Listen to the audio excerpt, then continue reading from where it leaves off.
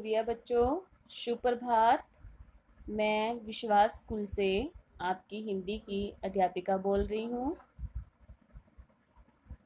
जैसा कि हमने पिछली वीडियो में पाठ 3 नादान दोस्त कहानी के सार के बारे में पढ़ा था, उम्मीद करती हूँ कि आपने इसका अध्ययन अवश्य किया होगा और इसे ज़रूर समझा होगा। आज हम इन प्रश्न उत्तर के बारे में इसके चर्चा करेंगे। अभ्यास प्रश्न उत्तर के बारे में पहला प्रश्न है, अंडों के बारे में केशव और श्यामा के मन में किस तरह के सवाल उठते थे? वे आपस ही में सवाल जवाब करके अपने दिल को तसल्ली क्यों दे दिया करते थे? केशव और श्यामा ने जब अंडों को देखा तो वे अंडों के विषय में आपस में एक दूसरे से सवाल करने लगे। स्वयं ही एक दूसरे के सवालों का जवाब भी देते थे। उनके प्रश्नों का उत्तर देने वाला घर में कोई नहीं था। माँ को घर के काम धंधे से फुर्सत नहीं मिल पाती थी। मीन्स यानी कि उसकी जो मम्मी थी वो सारा दिन क्या है अपने घर के काम ही निपटाती थी, और पिता को पढ़ने लिखने से ही फुर्सत न मिलती थी। इसलिए वे परस्पर एक दूसरे के प्रश्नों का उत्तर देते थे। कौन? दोनों बहन भाई, केशव और श्यामा। अब है अभ्यास प्रश्न 2। केशव ने श्यामा से चीथड़े, टोकरी और दाना पानी मंगाकर कॉर्निस पर क्यों रखे थे? केशव व श्यामा ने सोचा कि अंडों में से बच्चे निकल गए होंगे तथा बेचारी चिड़िया इतना दाना कहाँ से लाएगी। बच्चे बेचारे भूख से मर जाएंगे।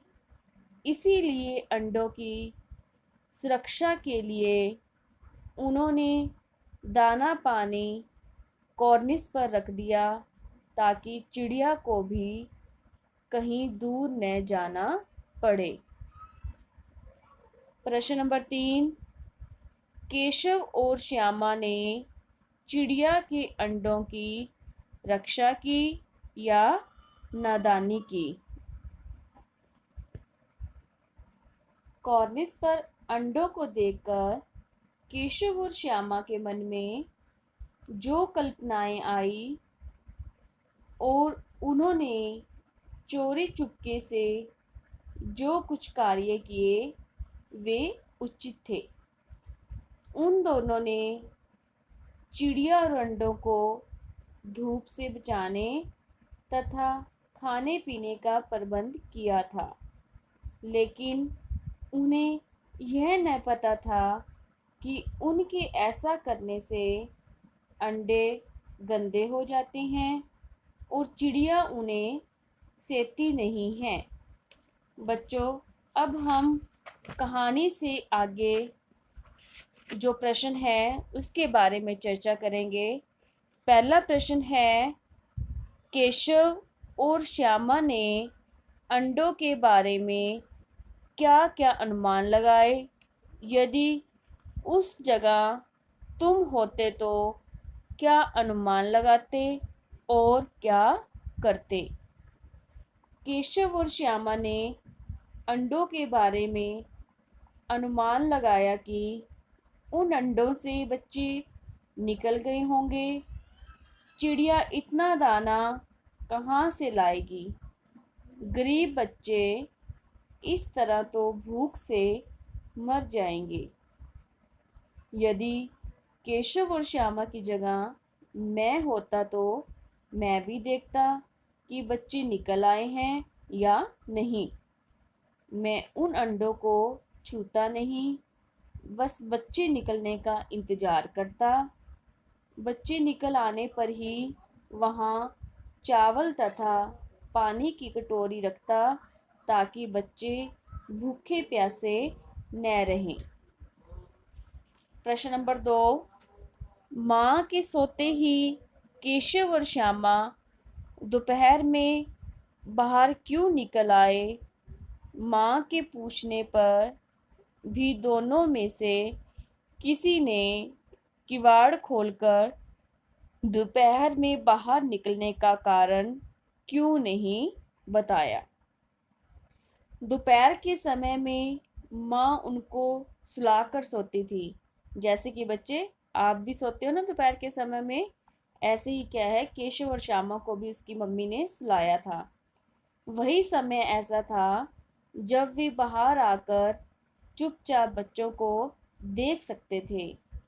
यदि माँ उनको देख लेती तो अंडों को हाथ न लगाने देती। माँ के पूछने पर भी बाहर निकलने का कारण इसलिए नहीं बताया क्योंकि केशव और श्यामा किसी की पिटाई नहीं चाहते थे और दूसरे दोनों ही इस कसूर में बराबर के जिम्मेदार थे। प्रश्न नंबर 3, प्रेमचंद ने इस कहानी का नाम नादान दोस्त रखा। तुम इसे क्या शीर्षक देना चाहोगे? पता है प्रेमचंद कौन है? इस कहानी के लेखक जिन्होंने नादान दोस्त कहानी लिखी है। कहते हैं कि हम इसका दूसरा शीर्षक, ठीक है, यानी कि प्रेमचंद ने इस कहानी का नाम क्या रखा है? नादान दोस्त। तो हम क्या रख सकते हैं इसका, और क्या नाम देना चाहेंगे इस कहानी को, क्योंकि आपने इसका सार तो पढ़ा ही है। हम इसका दूसरा अन्य शीर्षक बच्चों की नादानी या अंडों की हिफाजत दे सकते हैं। तो प्रिय बच्चों, मैं आशा करती हूँ आपको प्रश्न उत्तर समझ आ गए होंगे।